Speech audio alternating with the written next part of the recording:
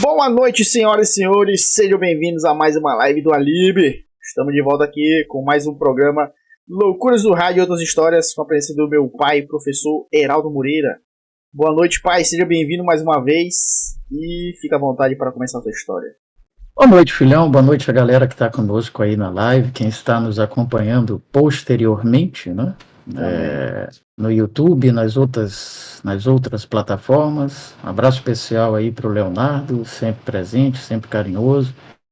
Olha, hoje dia 20 de novembro, né? Primeira vez que a gente tem o feriado nacional da consciência negra, extremamente importante para a gente pensar muita coisa. É a primeira vez que é feriado nacional.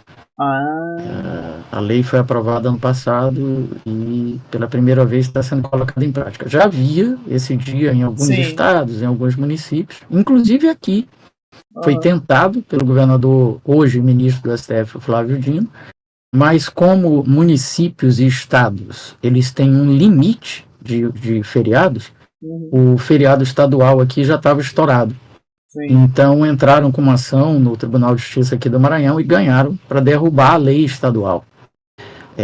E aí o Lula fez então uma lei federal e os feriados federais não têm limite. Então a gente ganhou mais um. Vez. Criou mais um. Legal. E é extremamente importante, né, para a gente trabalhar essa questão do preconceito de qualquer tipo, resgatar a nossa história e tal, né? E é interessante que eu faço parte de vários grupos de trabalho, pessoais, de bola e etc. E nos grupos de bola, normalmente a grande maioria é conservadora, né? Sim. E aí a mensagem que eu mais ouvi hoje nesses grupos onde a maioria é conservadora foi: para que um dia da consciência negra? Tem que ter a consciência humana, a consciência dos índios, das mulheres, disso, daquilo, sendo que todos eles são preconceituosos, são misóginos, são racistas, são homofóbicos, enfim. E eu achei muito interessante eles dizendo que não precisa de um dia da consciência negra e sim um dia da consciência humana, coisa que eles não têm. Exato. Eu fico só rindo ali nos bastidores. Mas enfim, eu vou começar com uma bem curtinha, que é uma história de futebol, que é o seguinte: tem um cara aqui que é cinegrafista e ele é também, ele pensa que alguém falou para ele que ele é também jogador de futebol, só que ele é ruim pra caramba. Mas por ser cinegrafista, por ser bem relacionado e tal, ele conseguiu jogar num time daqueles ruins, né? Profissional, mas ruim. Acho que ele até pagava para jogar no time, não devia receber nada. Até porque o time não tinha muito que pagar mesmo, né? Mas, como ele era muito ruim, não joga mais, só joga pelado agora, porque já tá com uma certa idade e tal. Mas, aconteceu, eu lembrei porque eu contei aquela história semana passada do comentarista, né? O terceiro comentarista fazendo um jogo ruim. E aí eu lembrei desse episódio. Ele jogava num desses times ruins, que a época não tinha rebaixamento, porque se tivesse ele estaria na Série B maranhense, com certeza, talvez até como de fato já acabou, né? Já tivesse sido extinto desde lá atrás. Mas lá atrás, como não tinha queda, o time jogava todo ano e ia se mantendo, né? E aí esse jogador, metido a jogador, cinegrafista metido a jogador, ele era a última rodada do campeonato. Esse time não tinha mais qualquer pretensão, nunca teve, mas na última rodada não tinha mais. Não tinha como cair porque não tinha queda. Não tinha como ser campeão porque era o lanterna. Então não tinha pretensão nenhuma. Resultado, foi só cumprir tabela. E era contra o vice-lanterna, quer dizer, tão ruim quanto esse time. E que também só foi cumprir tabela porque ambos não tinham mais nenhum interesse na competição e tal. Sendo que o time onde jogava esse cinegrafista só foram 11 jogadores. Caraca, certinho. O cara nunca entrou em campo. Ele era sempre reserva, porque como ele era muito ruim, ele só ia, mas nunca entrava, porque era muito ruim. Caraca, ele nunca nem jogou. Hã? Ele nunca nem jogou? Nunca nem jogou, só assinava a súmula e ficava no banco. Meu Deus do Mas céu. nesse dia, o que ele imaginou? Porra, só tem 11, vou estrear. Finalmente, vou jogar, finalmente e tal. E aí o treinador chega no vestiário, faz a famosa pré-eleção e tal, e diz, olha, a escalação vai ser essa aqui, como veio pouca gente, eu vou ter que improvisar alguns jogadores e tal, em algumas posições, então fiquem atentos às funções que vocês vão cumprir. Fulano vai ser o goleiro, Beltrano vai ser o lateral direito, e assim foi, né? E só anunciou 10 jogadores. E aí esse cara, o cinegrafista, assim, olha, professor, e eu? Não, tu vai ficar no banco, porque senão tu vai me complicar. E essa frase ficou muito famosa, né? Porque ele nem entrou no campo, o treinador disse que era para ele ficar no banco para não complicar o treinador. Caralho, eu prefiro jogar com a menos, meu Deus do céu. Exatamente. O treinador preferiu entrar em campo com um a menos do que com ele para não complicar a situação. Sim, bom, eu prometi também, eu contando uma das histórias, falando do trote que eu passei no colega de rádio, né, colocando ele para falar meia hora no ar, fora do ar, e aí eu me lembrei de 2 histórias de trotes também, não de rádio, mas trotes acadêmicos. Um deles foi o meu primeiro dia de aula na Universidade Gama Filho, lá no Rio, curso de Direito, e aí começa a entrar os alunos, ninguém conhecia ninguém, evidentemente, como a turma era à noite, era uma turma bem heterogênea, né? Tinha jovens, tinha idosos, tinha todo tipo de gente, né? E lembrei aqui que um dos colegas, a gente fazia bullying com ele porque ele andava de moto, tinha sofrido um acidente de moto, e no acidente de moto ele perdeu um dos dedos da mão. E aí, quando a gente criou intimidade, já amizade, não sei o que, toda vez que ele chegava na turma, a galera cantava aquela música do Lulu Santos. Já não tenho dedos pra contar e tal. Era essa a música que saudava ele. Mas essa história é paralela, não tem nada a ver. Bom, mas primeiro dia de aula, então, a galera chegando,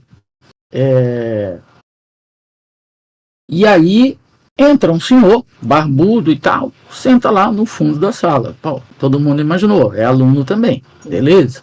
Daqui a pouco chega um cara assim de meia idade, não era jovem, mas também não era idoso e tal. Aí entra com o jaleco da Universidade Gama Filho, se apresenta. A gente já tinha o horário, né? Sabia quem iria dar aula naquele horário, e ele se apresentou. Olha só, eu sou o professor Severo, professor de filosofia, vou dar a primeira aula para vocês, tive essa honra, um privilégio para mim e tal, bababá. E assim, primeira aula é para apresentar meu currículo, olha, eu já fiz isso, já fiz aquilo, não sei o quê, dizer como é que vai ser a disciplina, os assuntos que a gente vai trabalhar são esses. Agora, o mais importante, filosofia o cara tem que ler muito. Então eu vou digitar aqui para vocês os nomes dos livros que vocês vão ter que ler até o final do semestre.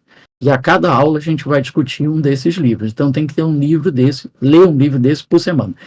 E aí ele saiu citando livro pra cacete. E a gente anotando, claro, né? Tudo marinheiro de primeira viagem, todo mundo ali tenso, preocupado, querendo, não é, se dar bem e tal. E a gente escreveu, passou ali, acho que, sei lá, uns 15, 20 minutos só escrevendo nome de livros e tal. Quando terminou, aí ele disse assim, pessoal, agora eu vou apresentar para vocês o verdadeiro professor Severo. Professor Severo, vem aqui, por favor. Aí levanta o senhor que tinha sentado lá no fundo, vem para frente, o barbudão, tal, cara de filósofo mesmo. E aí ele diz, pessoal, eu sou o professor Severo. Essa aqui é a galera do último período, que acaba de passar um trote em vocês. E já que vocês caíram, foi tudo combinado comigo, evidentemente, eu autorizei que eles fizessem isso e tal. E já que vocês não perceberam, caíram, ainda escreveram pra cacete aí um monte de livro e tal, vocês agora vão ter que colaborar pro chopp deles. Com que mas cada um vai ter que dar alguma coisa. Tal. E aí os caras passaram a sacolinha, recolheram o dinheiro da gente, a gente riu muito, né, porque foi legal, foi um trote inteligente, interessante. A gente não vê mais, né, muito esse tipo de coisa. Aliás, hoje nem é mais permitido o trote, porque já teve muita merda, né? Até gente que já morreu e tal. Porque o pessoal se empolga, né? Legal. É porque antigamente o trote era assim, era só uma brincadeira, uma trollagem. Isso. Ele não E uma sente. trollagem inteligente, né? Pois Só que aí, como o pessoal se acostuma, porque, por exemplo, quando tu começou a contar a história, eu já suspeitei como é que era o trote, só pelo jeito da história. Então, daí tu tira. Aí o povo hoje em dia, pra poder tentar surpreender as pessoas no trote, tem que ir sempre ir além. Só que é um negócio de ir além, às vezes chega num ponto que dá merda. Por isso que teve que ir pra proibir. Vai além mesmo, né? Além do limite do razoável. Enfim. Bom, tinha uma tradição no Rio, eu não sei se ainda tem, a Mari eu vi aí que ela parece que saiu, né? Ela tá em reunião, tá falando.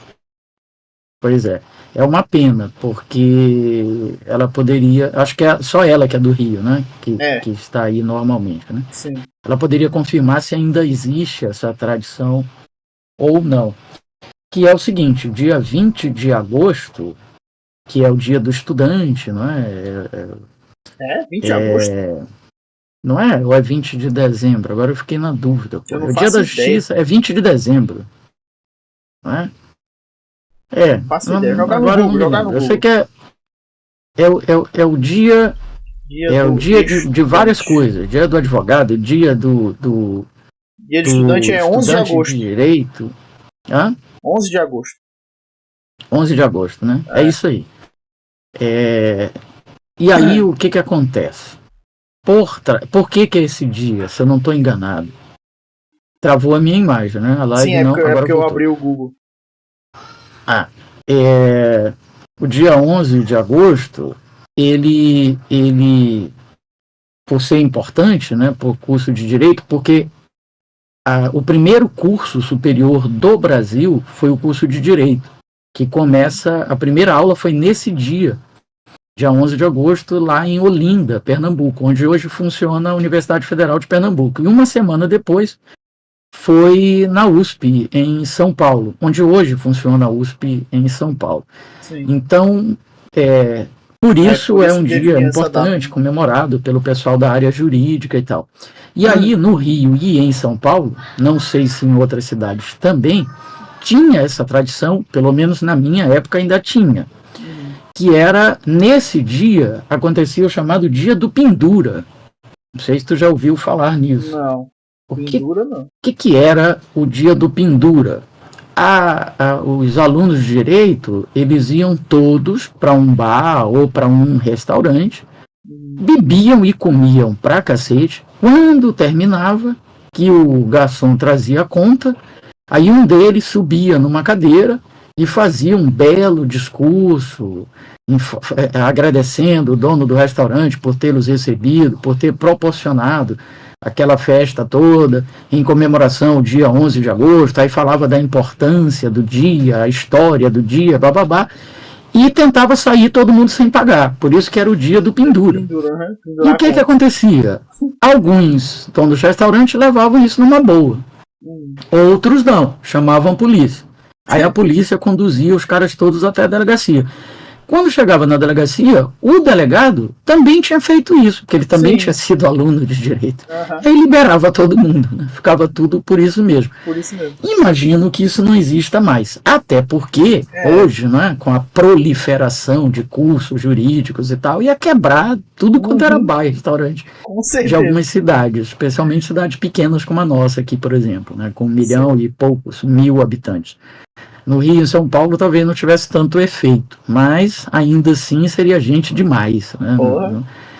Não seria como era na época, né? Que eram poucas pessoas, né? Mas enfim, é a história do dia do pendura. Caraca, bom, legal, não sabia dessa. Pois é, acho que não existe mais, porque ninguém nem comenta mais isso, né? Porque ninguém nunca fala sobre isso. E aí, tipo, se ainda existisse, hoje em dia ia acontecer algum problema, alguma confusão relacionada a isso e ia ser noticiado, né? Eu até lembro que há alguns anos, não me lembro há quanto tempo, mas já faz alguns anos, eu vi uma história dessa, que terminou mal. Porque como não havia mais, parece, né, a tradição e tal, os caras não pagaram, foram conduzidos para a delegacia e lá ficaram detidos mesmo. Não havia mais esse hábito, talvez porque o delegado já não tenha feito isso também na época dele de estudante, né? Então não levou muito na boa, não. Mas enfim, E aí, filho, eu acho que tinha prometido também falar, acho que das surras que eu levei do meu pai, né? Que é Foi. assim, eu só levei 3 surras dele, mas foram 3 bem marcantes, né? Assim, a gente sabe que hoje em dia isso é altamente não recomendável, né? Esse tipo de educação baseada em violência, em surra e tal, mas até a minha geração, né? Eu andei dando umas surras também em ti, no teu irmão e tal. Eu lembro de uma delas que Foi, foi na hora que bem. começou a falar, senti até uma dorzinha aqui nas costas, foi uma lembrança. É, mas essa também vocês dois mereceram, pô. Eu tava trabalhando e a menina que trabalhava lá em casa ligou dizendo que um de vocês queria matar o outro com uma faca. E eu, porra, que loucura. Aí eu larguei tudo que eu tava fazendo, fui lá para resolver essa parada, porque ela tava com medo, né? Sim. Claro, com toda a razão. E aí, acho que foi a última sua também que eu dei em vocês. Mas Que já enfim, tava não grandinho me já nessa orgulho época aí. disso. Não me orgulho disso, não acho que isso de fato eduque. Mas também não fiquei com nenhum trauma disso. Eram momentos diferentes, né? Eram etapas diferentes, gerações diferentes, culturas Etapas. diferentes. Etapas. Pois é, etapas da humanidade. Né? É. Enfim, etapas. Ah, agora que eu entendi. Agora Não que você foi nem entendeu, né? proposital o trocadilho, mas ficou bom. Então, assim, ó, o meu pai, cara, eu acho que assim, o homem que eu mais admiro no mundo é meu pai, cara, pela história dele, né? Inclusive por essas surras também. Tanto que o nome do meu quinto filho, teu irmão, o Hilton Luiz, é Sim. homenagem aos 2 homens que eu mais admiro na minha vida, meu pai e meu padrinho, que era amigo, grande amigo do meu pai. E aí eu misturei os nomes do Hilton, meu pai, com o Luiz, do meu padrinho. Aí ficou Hilton Luiz, né? Sim. E aí Ambos o Tim já nasceu muito. velho. Pois é, nasceu com o nome de velho. Mas tomara que ele carregue pelo menos uma parte da história dos dois, porque dizem que o nome pesa muito, né? Tanto que os nomes de todos vocês foram escolhidos propositadamente assim. Todos eles têm um significado, uma importância. E aí, o meu pai era um cara fera demais. Eu vou dar aqui 2 exemplos disso. Primeiro, a vida inteira dele, ele venceu a vida inteira com concursos, né? Tudo que ele fez na vida foi concurso público. Parece um pouco até com a tua história, né? Que já fez 2 É. aí, já passou em ambos. Então, assim, e os 2, talvez, mais importantes que ele fez foi de delegado de polícia e depois de juiz, e passou em ambos. Mas antes disso, ele fez o primeiro concurso que foi para os Correios, para ser radiotelegrafista dos Correios, passou. Aí fez o concurso, o vestibular da Universidade Federal do Maranhão, fez direito. Eu tenho aqui a foto da turma dele, que me foi dada pelo deputado Gastão Vieira. Ele era o único negro da turma dele. É importante até falar isso no Sim, Dia da dia de Consciência hoje. Negra, né? Ele era o único negro da turma dele de direito, de sei lá quando, 1950, sei lá, dessa época aí. Sim. Era muito difícil isso acontecer, né? E ele conseguiu passar no vestibular da Universidade Federal do Maranhão aqui, se formou em direito, aí passou num concurso para auditor do município, fiscal do município, depois fez o de delegado e por último fez de juiz. Então, E aonde que todos entra os concursos. onde que entra o trabalho da Varig aí no meio? Porque paralelamente, sim, foi bom tu perguntar isso. Porque paralelamente, como ele foi radiotelegrafista dos Correios, ele acabou sendo contratado para uma empresa privada, a Varig, para fazer esse trabalho também na Varig, né? Porque tu Ah, tá. lembra que eu falei que houve uma época em que os aviões eles não tinham o acesso que tem hoje à comunicação, à informação, internet via satélite e tal. Então eles precisavam ou sintonizar rádios ou quando estavam próximos das cidades eles precisavam falar com a estação de rádio da companhia aérea. E aí foi aí que ele trabalhou na Varig, né? Onde eu comecei a trabalhar também ajudando ele, Sim. porque aí como ele trabalhava o dia todo como auditor do município, à noite ele trabalhava na Varig. Acho que essa minha propensão também a trabalhar de manhã, de tarde, de noite, de madrugada, vem daí. Porque eu vi ele se esforçar muito, trabalhar muito, para dar o melhor para gente, de educação, de exemplo, de tudo. E aí eu ficava com pena dele e eu ia ajudar ele. Aí eu dizia para ele, depois que eu aprendi o serviço, eu dizia para ele, pai, vá dormir e eu vou ficar fazendo aqui o trabalho. E foi assim que eu comecei, trabalhando na Varig, ajudando ele e depois fazendo o serviço dele. E foi assim Mas, que enfim, a gente derrubou 2 aviões aqui no Maranhão, mas isso aí é outra história. felizmente não. O único avião que caiu até hoje aqui no Maranhão foi por falha técnica e nesse dia, inclusive, ele já era delegado e não trabalhava mais na Varig. Ele investigou o acidente, por coincidência. Olha. Porque ele era o delegado da delegacia do Anil, que era responsável pelo aeroporto do Tirirical. E então o inquérito foi presidido por ele. Esse dia dessa queda de avião foi até curioso, foi a única queda de avião até hoje no Maranhão, em São Luís. E a gente morava perto do aeroporto, num conjunto chamado Santos Dumont. Era um domingo, a gente estava fazendo churrasco, ele fazendo churrasco, a minha mãe ajudando ele, e eu na janela do quarto, olhando o quintal, vendo eles dois fazendo churrasco, esperando o almoço sair e tal. E aí passa por sobre a gente o avião, chegando em São Luís, porque a gente morava bem perto do aeroporto, que era perto também da delegacia. E aí ele disse assim, caramba, esse avião tá com um barulho muito estranho, tem algo errado. Pela experiência dele, de ter trabalhado na Varig, né? E aí não deu outra, passou assim uns 2-3 minutos, a gente ouviu uma explosão e uma fumaça preta enorme subindo, né? E ele falou, não disse? Esse avião caiu. Aí eu falei, cara, pai, não é possível. Ele falou, caiu. Não deu assim uns 5 minutos, liga o telefone fixo lá de casa. E aí o pessoal da delegacia dizendo, doutor, venha pra cá agora, porque caiu um avião no aeroporto e o inquérito é nosso. O senhor vai ter que ir lá. Tal. E ele caiu foi. No aeroporto, o avião? Quando ele chegou... O avião caiu no aeroporto? Caiu chegando no aeroporto, nas proximidades do aeroporto, assim, a menos de, sei lá, 1 quilômetro do aeroporto, naquele matagal que tem em volta do aeroporto. Era um avião Caravelle, acho que da Cruzeiro do Sul. E ele, engraçado que à noite, né, tragicômico, à noite ele chega em casa, né, e a gente curioso, né, para saber, mamãe, eu, pai, como é que foi lá e tal, ele, terrível, nunca tinha visto uma cena tão horrorosa. E o pior de tudo é o cheiro de carne humana queimada, porque é cheiro de churrasco. E aí eu ficava engolhando o tempo todo, porque lembrava que eu estava fazendo churrasco. Então foi uma sensação horrorosa, a cena dantesca e a sensação horrorosa do cheiro de carne queimada e tal. Foi horrível, horrível. Aí vocês ficaram um ano sem fazer churrasco em casa, pra dizer. Pois é, não sei quanto tempo a gente ficou sem fazer, mas ficamos um bom tempo.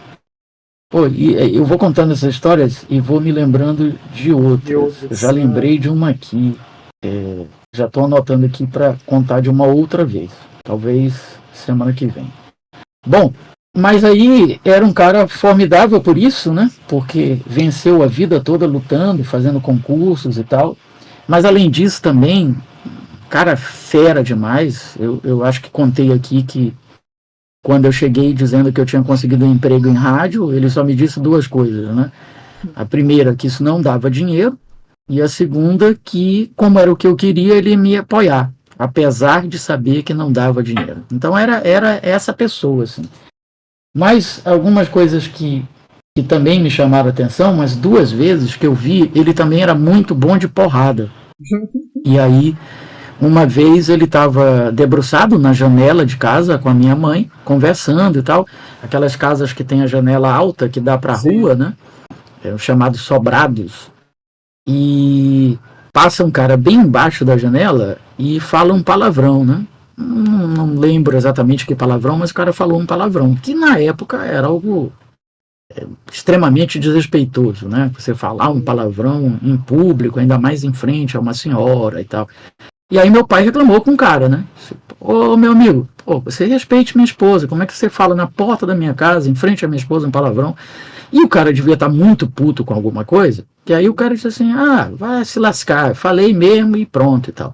Meu pai não pensou duas vezes. Da janela mesmo, ele já pulou na calçada, e era alto, e já desceu enfiando a porrada do cara, mas bateu muito no cara. O cara teve um mau dia, porque resolveu fazer algo errado no lugar errado na hora errada, né? Enfim.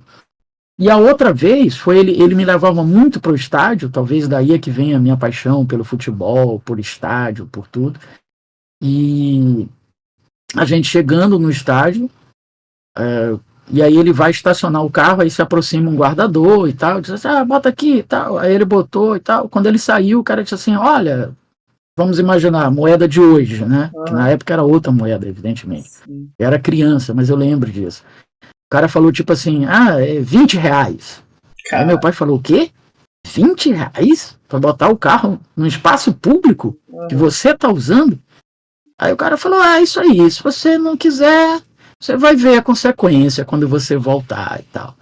Aí, o quê? Tu ainda tá me ameaçando? Nessa época ele era delegado, né? Tu não sabe nem quem eu sou, cara. Tu tá me ameaçando, tu tá me extorquindo e ainda tá me ameaçando? Pois eu vou te dizer o seguinte, quando eu voltar, se tiver alguma coisa com o meu carro, te prepara, porque tu vai saber o que vai acontecer contigo. E aí o cara saliente pra caramba disse assim, pois então eu vou te dizer logo, os 4 pneus vão estar furados. Aí papai, pois então toma ali. Aí porrada no cara, quebrou o cara todo de porrada. Lau. Enfim, era assim. Mas sim, as surras, para finalizar, né? Porque eu acho que eu já passei até de meia hora já. A primeira foi o seguinte: ele chegava toda sexta-feira e trazia de presente para mim uma revista em quadrinhos, porque eu adorava quadrinhos, adorava todas, Chupatinhas, as da Mônica, da Turma da Mônica, né? Enfim, todas. Gostava muito também de uns livros de bolso da Ediouro, que eram de faroeste, eu adorava faroeste, até hoje eu gosto muito de filme de faroeste, de série, estou até assistindo uma de faroeste e tal, e ele trazia toda semana, toda sexta-feira, eu guardava tudo numa caixa de madeira enorme, e aí ele chega numa sexta-feira com uma dessas revistas, às vezes ele trazia também coquetel, aquele de caça-palavras, sim. de palavras cruzadas, eu gostava muito também. E aí ele chegou e disse, eu já sabia, toda sexta quando ele chegava, e aí pai, tal, tudo bem? Cadê? Trouxe minha revista? Ele falou, trouxe. Comprei aqui um coquetel hoje para ti e tal. Só que eu vi aqui que tem umas palavras cruzadas muito legal, eu vou fazer umas 2 aqui e depois eu te dou. Eu falei, não, é meu, não vai fazer nada. Ele, como é que é? Eu, sim, pô, não é meu, você não traz toda vez, não é para mim? Eu, sim, mas eu tô querendo fazer 2, eu não posso? Não pode não, é meu. Ele, como é que é, rapaz? Tu tem noção do que tu tá falando? Quem compra esta porra sou eu, quem te dá sou eu. Se eu quiser fazer, eu vou fazer. Não vai não. Eu acho que esse dia tava meio espirocado também. Pois é. Aí ele, Ele, então vamos fazer o seguinte, eu vou pegar agora a tua caixa, que tem todas as tuas revistas, quadrinhos, o cacete A4, vou colocar lá no meio do quintal, vou tocar fogo em tudo e nunca mais vou te trazer porra nenhuma. Caralho. E fez isso, né? Sim. Mas, além disso, ainda me deu uma surra, para eu aprender que, porra, se era ele que me dava, ele tinha, claro, além de ser meu pai, todo o direito de fazer primeiro antes de me dar, né? Bom, a outra surra foi o seguinte, a gente morava numa casa que eu descobri que casa antiga não tinha essa preocupação com espaço, né? Então, eu até já contei a história dos gatos que eu matei, e um deles foi por causa disso, porque a casa era grande, tinha móveis enormes e tal, que o gato se escondeu embaixo de um deles. Pois é, e essa casa, eu descobri que ela tinha passagens secretas. Foi a segunda casa que eu conheci na minha vida que tinha passagens secretas. Foi essa que eu morei, e a casa de um padrinho meu de Crisma, que hoje funciona, inclusive, a Escola de Música do Maranhão. É uma casa belíssima aqui no Centro Histórico de São Luís, que pertencia a esse meu padrinho de Crisma, que ela tinha também passagens secretas. Entendeu? Porque as casas de antigamente, elas tinham sótão, tinha porão, E algumas tinham, além disso, passagem secreta.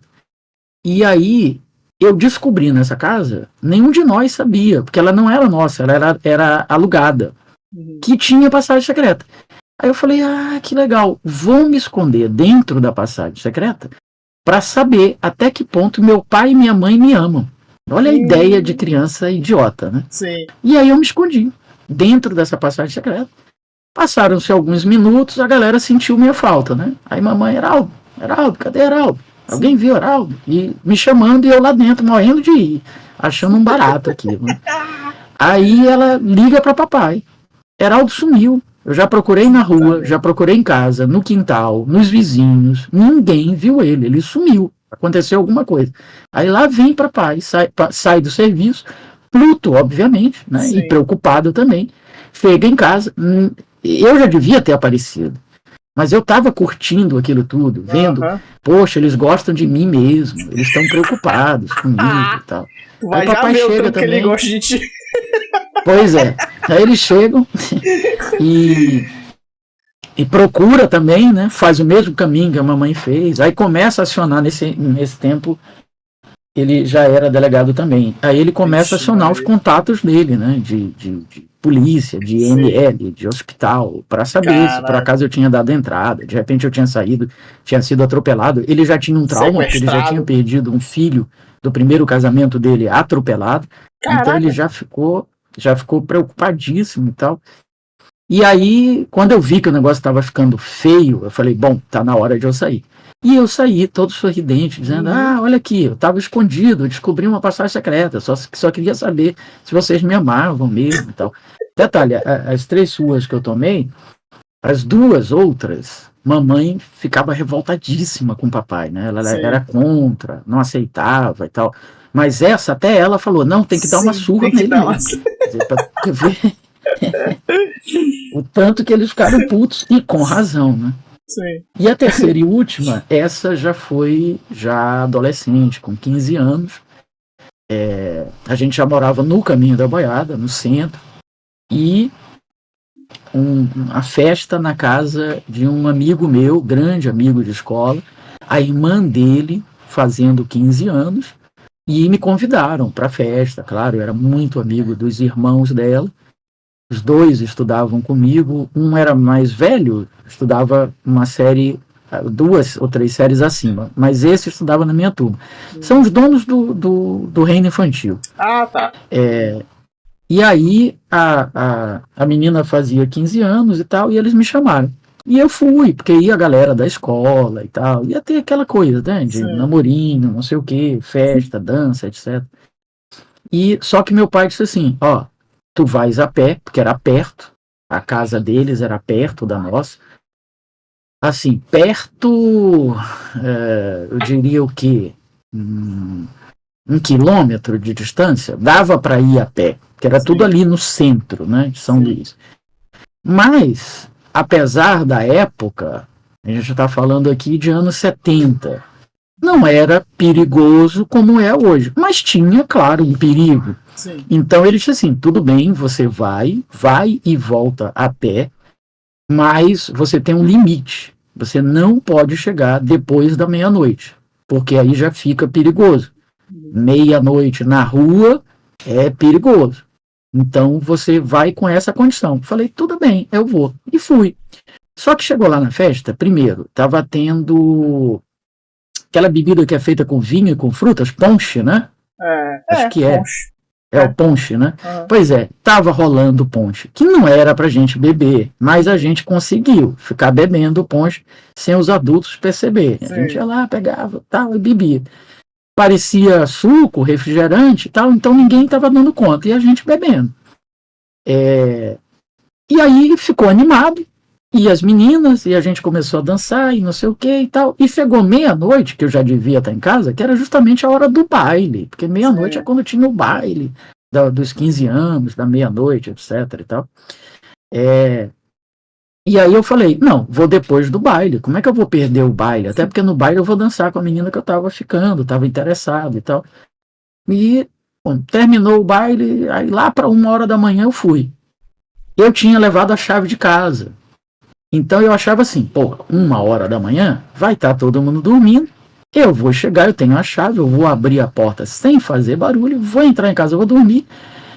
Quando eles acordarem de manhã, eles vão achar que eu cheguei meia-noite, ninguém vai saber. Uhum. E aí eu fui, né? Pá, abri a porta, tinha um portão, abri o portão, aí tinha a porta, abri a porta, tinha uma segunda porta, que era uma porta intermediária, abri essa segunda porta, e quando eu entro na sala, tudo escuro, tudo apagado. Imaginei, tá Sim. todo mundo dormindo. Na hora que eu entro na sala, acende a luz da sala. Quem estava sentado no sofá me esperando, no escuro? Papai. Aí ele só perguntou assim, que horas são? Aí eu olhei o relógio, 1h pouco e tal. Ele, que horas que eu falei que você tinha que chegar? Eu, até meia-noite. Não, pai, mas o Não, baile, que a não sei o festa, que, não a sei o que, valsa. papá. Ele, não tô te perguntando nada disso. Eu só É. te perguntei uma coisa. Que horas eu mandei você chegar? Eu, meia-noite. Então pronto, tu já sabe que vai apanhar. Né? E porrada comeu, né? Cara. E aí mamãe acordou Uhum. muito chateada, achou que não era motivo para eu apanhar. E de fato não era coisa de adolescente e tal. Mas meu pai era muito rígido, era muito rigoroso. Enfim. E é isso. Essas foram as histórias de hoje, ainda com alguns bônus aí. Eu já anotei outras aqui para A próxima semana. próxima. Show de bola.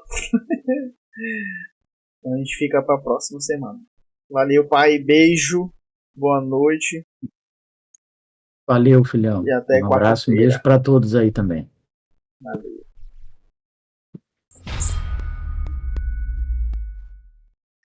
Bom, galera, então é isso. Ixi, minha câmera. Volta. Aí. É isso.